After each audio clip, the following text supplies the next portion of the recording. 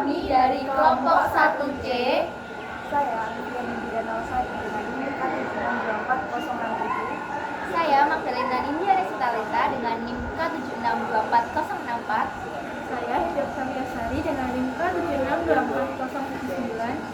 Saya Vidya Indah Sulistiani dengan NIM K7624061. Akan mempresentasikan tentang investasi tabungan dalam pendapatan nasional. Selamat menonton.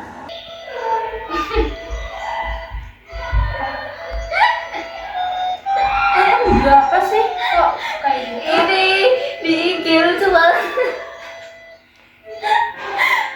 Gimana gak kaget coba?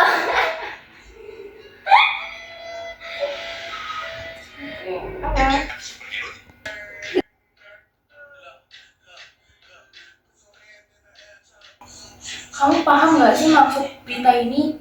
Berita apa? Ini loh kayak saham naik saham turun, kurvanya, terus kayak investasi lainnya ini aku pusing tau dengerin berita. Oh, investasi. Iya. Emang sekarang tuh di zaman digital ini tuh kayak investasi tuh emang baru pada boomingnya. Jadi udah banyak nih udah yang terjun di investasi. Nah, investasi tuh ada beberapa macam.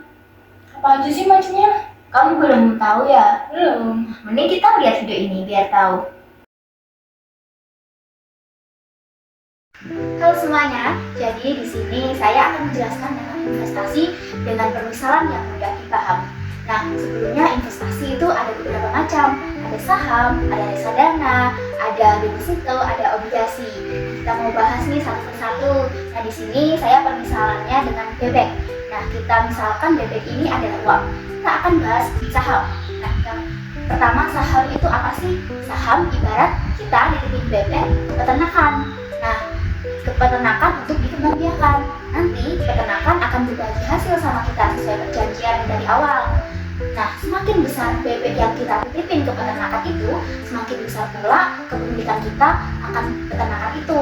Nah, tapi kita harus hati-hati dari awal. Kita lihat dulu peternakannya bagus, sehat, apakah peternakan itu untung atau rugi. Nah, selanjutnya apa sih reksadana itu? Jadi reksadana ibarat bebek punya kita dikumpulin sama bebek punya orang lain. Nah, nanti kita cari peternaknya. Ada peternak yang ngembangbiakin bebek ini. Lalu reksadana, apa sih reksadana itu? Nah, kita ibaratkan reksadana itu bebek milik kita digabungin sama bebek milik orang lain. Nah, nanti kita akan cari peternak.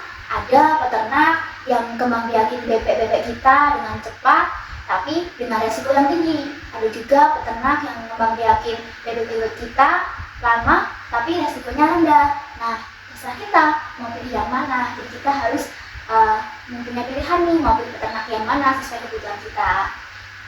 Nah, selanjutnya apa sih deposito itu? Nah, deposito ibaratnya saya adalah peternak.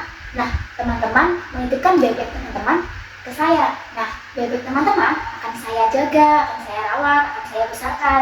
Tapi kita di awal bikin perjanjian dulu. Mau berapa lama bebek ini akan saya balikin ke teman-teman. Contohnya 5 tahun. Nah, bebek ini akan saya kembalikan ke teman-teman setelah 5 tahun beserta anak-anaknya. Tapi sebelum 5 tahun, teman-teman belum boleh ambil bebek ini. Selanjutnya, obligasi. Nah, gimana sih obligasi itu? Jadi, obligasi adalah surat utang negara. Negara pinjam bebek sama kita. Nanti setelah sekian tahun, negara akan balikin bebek kita beserta anak-anaknya. Nah, bebek-bebek milik kita ini akan digunain pemerintah untuk membangun negara. Apakah teman-teman sudah paham dari penjelasan saya tentang bebek-bebek tadi sebagai peragaan penjelasan investasi? Kak, jenis tabungan ada berapa? Jenis tabungan ada 3. Yang pertama, tabungan nasional. Yang kedua, tabungan swasta. Dan yang ketiga, tabungan publik. Tabungan nasional Adalah total pendapatan dan perekonomian yang tersisa setelah membayar konsumsi dan belanja pemerintah. Tabungan swasta adalah total penghasilan yang tersisa setelah rumah tangga membayar pajak dan juga konsumsi. Tabungan publik adalah jumlah penerimaan pajak yang tersisa setelah pemerintah membayar belanja pemerintah. Di sini saya akan menjelaskan insentif untuk menabung, meningkatkan penawaran dana pinjaman. Yaitu, insentif pajak untuk menabung meningkatkan jumlah penawaran dana pinjaman, terlihat dari penawaran S1 ke pergeseran penawaran S2. Yang selanjutnya, dapat menurunkan suku bunga tabungan. Hal ini menaikkan kuantitas dana pinjaman yang diminta karena rumah tangga dan perusahaan termotivasi untuk meminjam lebih banyak. Di sini saya akan menjelaskan mengenai insentif untuk investasi. Ketika suku bunga di bank naik yang awalnya 5%, naik menjadi 6%, mendorong masyarakat untuk menabung uangnya di bank. Sehingga jumlah dana pinjaman yang terhimpun di bank pun juga akan naik yang awalnya 1M menjadi 2M. Hal tersebut meningkatkan permintaan akan dana pinjaman dan investasi, seperti yang terlihat pada garis D1 naik ke garis D2. Selamat siang teman-teman. Di sini kami akan membahas mengenai hubungan antara tabungan, investasi, dan pendapatan nasional. Kita semua tahu bahwa pendapatan nasional sering diukur menggunakan PDB, dan hal tersebut menjadi indikator penting bagi kesejahteraan ekonomi. Tabungan dan investasi memainkan peran penting dalam pertumbuhan ekonomi. Mari kita lihat bagaimana kedua faktor tersebut dapat memengaruhi pendapatan nasional. Dalam perekonomian, tabungan masyarakat dapat diarahkan untuk investasi. Investasi inilah yang meningkatkan produktivitas modal dan mendukung pertumbuhan PDB, sehingga berdampak positif pada pendapatan nasional secara keseluruhan. Namun, ada masalah besar yang ada di Indonesia. Salah satunya adalah tingkat tabungan masyarakat yang belum maksimal, terutama yang diarahkan untuk investasi produktif. Banyak tabungan masyarakat yang dialokasikan untuk konsumsi, yang meskipun penting, tidak cukup untuk pertumbuhan ekonomi jangka panjang. Data menunjukkan bahwa hanya sebagian kecil investasi mengalir ke sektor real. Misalnya, pada periode tahun 2014 hingga 2019, banyak tabungan masyarakat yang tertahan di bank dan tidak digunakan secara optimal untuk kegiatan produktif. Ini menunjukkan perlunya kebijakan yang lebih efektif dalam mendorong investasi. Dalam penelitian, model Solo menunjukkan bagaimana tabungan dan investasi dapat memengaruhi pertumbuhan ekonomi.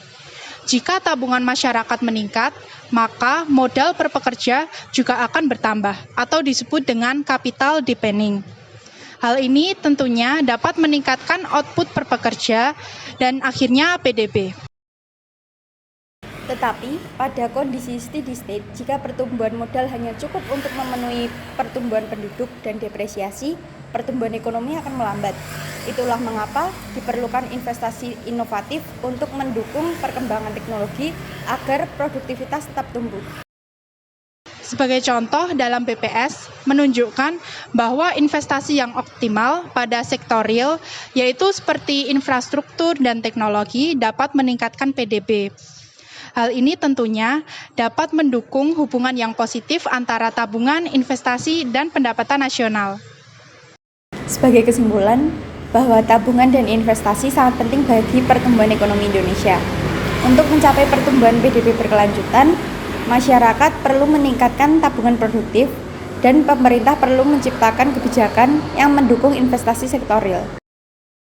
Beberapa rekomendasi dari kami yaitu yang pertama adalah memperkenalkan insentif pajak untuk investasi. Yang kedua, meningkatkan literasi keuangan masyarakat. Yang ketiga, menciptakan program edukasi yang berbasis teknologi untuk mendorong investasi. Terima kasih sudah menonton. Semoga dapat bermanfaat bagi teman-teman semua.